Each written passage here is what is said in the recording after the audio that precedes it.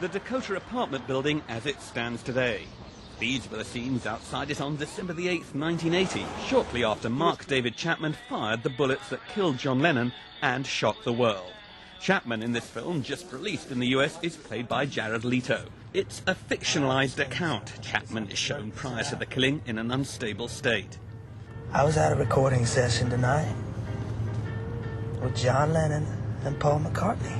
Some people think there's not much more to Leto's performance than his weight gain. That is perhaps unfair. The physical transformation is startling. He gorged himself, gaining 60 pounds, so he would resemble the pudgy Chapman. I thought that I would be able to go to that place and still remain relatively healthy, but I was actually wrong about that. It was a very dangerous thing to do and a very questionable thing to do. In fact, the weight gain so traumatized his body that the actor had to use a wheelchair at times. Altogether, it was an unsettling experience for him, especially shooting the film at the very spot where Lennon was killed. It was very disturbing. I was not comfortable at any point there. It was good for the film as far as being historically accurate. The Dakota is a very, very recognizable building, and it was felt by the filmmakers that it was the only option that we had. Talking to you, then you We do see a lot of Chapman outside the Dakota. We learn of his obsession with the Catcher in the Rye novel he had with him when he shot Lennon. We see him mingling with Lennon fans, mostly one played by Lindsay Lohan.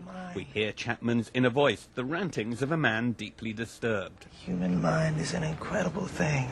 Mark David Chapman is a very depressing person to listen to in a way. He's not an inspiring figure. So what is redeeming about the film that you've made? What does it give the audience? I think it's important to spend time, and it's worthy to spend time on examining that which is difficult, that which is uncomfortable.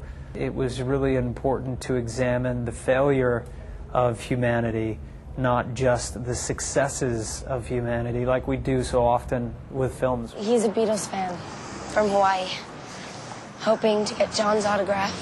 It's nice to meet you. The real Mark Chapman has been behind bars since he shot John Lennon here at the Dakota in December 1980.